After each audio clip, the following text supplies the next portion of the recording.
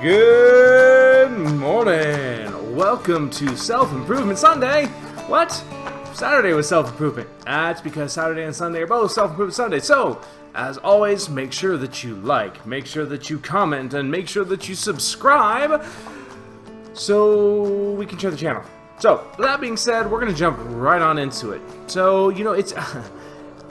I'm a big fan of just overall feeding our minds with positive information and making changes and moving our lives forward so that you can have, I call it designing destiny, right? So you can design what success and happiness looks like for you. And we talk about outcomes and goal setting and leadership tips and sales tips and all these things that a lot of people consider success.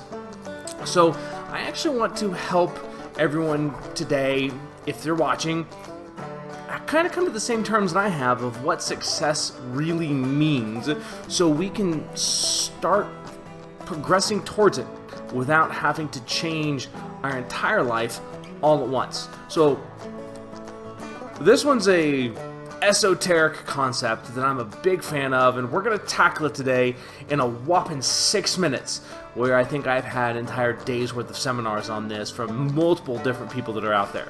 So let's get down to it, because this is a big one, and I think that it will make a lot of difference for a lot of people that are out there. So here we go. How do you define what success and happiness is? Well, you kind of have to understand why you do the things that you do. That why is really going to determine why you're going towards the goals. So we are sold an idea of what success is. Go to Facebook, scroll through it and look at what hits you, right? There is something out there that's being targeted, based upon the things that you like. And a lot of really smart businessmen say, sell people what they want and then give them what they need and it'll change their lives. And there's a lot of truth to that, because what's being sold to us is, six-figure income right now with an FBA from, doing Amazon, or six-figure income doing an MLM, and all of those things are viable. A lot of times, what those guys are selling is a viable way to make a living. It's not an easy way, but it's a different way, and it's the grass is greener on the other side mentality, where we are looking from our lives, and something in our lives is filling us with pain because we're unhappy, and that looks better. So when that pleasure scale tips, when the pain here and the pleasure here finally tips, and that pleasure outweighs that pain, you'll start moving towards it. It's the fundamental of how we move throughout our lives. The problem is we were sold that idea of success by someone that's online. We were sold that idea of success by watching a TV show. We were sold that idea of success by an ad, by a webinar, by a YouTube video or Facebook video. And what happens is we start to try to design our blueprint around that. That's what success looks like. That's what I want. But we never start moving towards it, which creates more and more and more pain. And a lot of times it distances us, because as we don't move towards this goal, our comfort zone starts to shrink. So therefore it starts to push that goal further and further and further out, making it even harder to achieve. That's one of the reasons why when I talk about goal setting, I always talk about setting a goal that you don't know how to achieve, something that's far enough out there that you really do not know how you're going to achieve it. But as you start progressing and as you start making moves towards it, you start realizing, okay, I'm going to be able to do this. And sometimes there's some really challenging things, but that's why knowing why you're doing it is so important, because that why, the real reason you want that six-figure income. What's the real reason? Is it the financial freedom? Is it to be debt-free? Is it to not have the weight of the world and live paycheck to paycheck? There's so many different reasons, but when you really understand that why, you can make any of those success goals work. Here's the thing. A lot of people, when they figure out the why, they realize that the job they currently have isn't bad. However, the life they're living and the job they have, combined with the blueprint of what they think success looks like, doesn't match. So that design, getting your own definition of success, is so important. We are sold the money side of it because it's tangible, we can see the things, but those things represent something. The fancy cars, the $1 million homes, they're nice. And if you really want one, you better have a pretty strong why. because you're going to encounter a lot of obstacles as you try to build an empire where you can make enough money to afford something that's like that. I encourage you that if that's what you want, go for it. But make sure you have the right why, because I know a lot of people who have gotten those things and leave miserable lives. They have miserable marriages and they make all the money in the world. They have kids that don't like them. They don't like their kids because they don't know what they want their family life to be like, but they know that they don't like the way that it is. And that's a really hard thing, because a lot of times we know what we don't like right now and it makes us mad and it makes us want to go anywhere else, but we don't know where to go. So we attach onto this idea of success, and when the pain is strong enough, we start moving towards whatever we've decided without ever figuring out, why do I want that? What is it that that car represents? What is it that the house represents? What is it that making a six-figure income represents to me?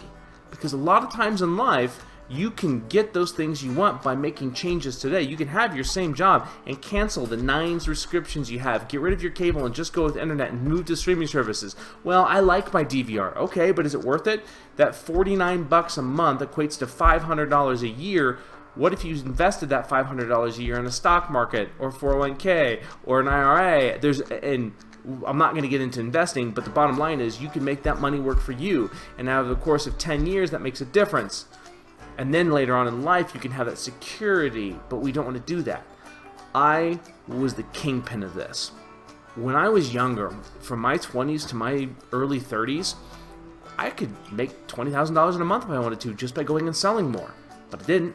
When I wanted vacation, I went and sold it, because I never designed what happiness looked like for myself. And that was one of the dumbest things I've ever done, because I didn't have a savings. When I had my life savings, I stayed home for a year. Best year of my life.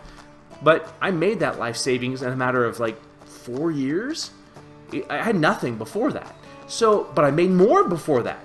So you can make whatever life you want with whatever income you want by spending whatever you want, by sacrificing where you want to, depending on what why you have. Because no matter what, you'll have to sacrifice something to get to where you want to go most of the time. However, when you start designing success and happiness on your own terms, you can start to not have to sacrifice by realizing what's truly important to you and what's truly not, and cutting out those things that are truly not important and focusing on the things that truly are. You can have the family life, but also the big-time career. You can have the sales-driven income where you can make as much as you can possibly think through commission, but still schedule your time with your family. But the question is, you have to make sure that all of your goals are in front of you so you can see when they start to push against one another, or when something is taking away from something that's important to you. I have an entire book, Designing Destiny, that talks about this, but I think it's important that we all are on the same page, that if you are chasing after someone else's design of success, you're in for a rude awakening when you get there, because that doesn't bring happiness.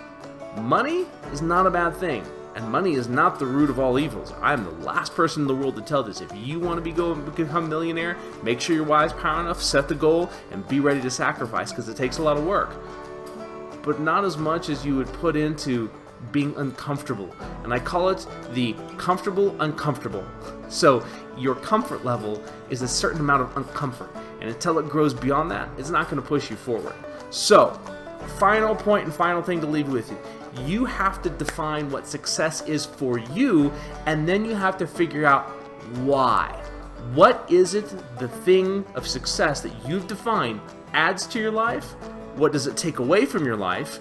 And that's not always a bad thing. It can take away stress. It can take away working for someone else. It can take away extra hours but pay you less, right? There are things that our definition of success will give us and take away. And the question is, why do we want those things? And if we don't want either of them, time to rethink that outcome.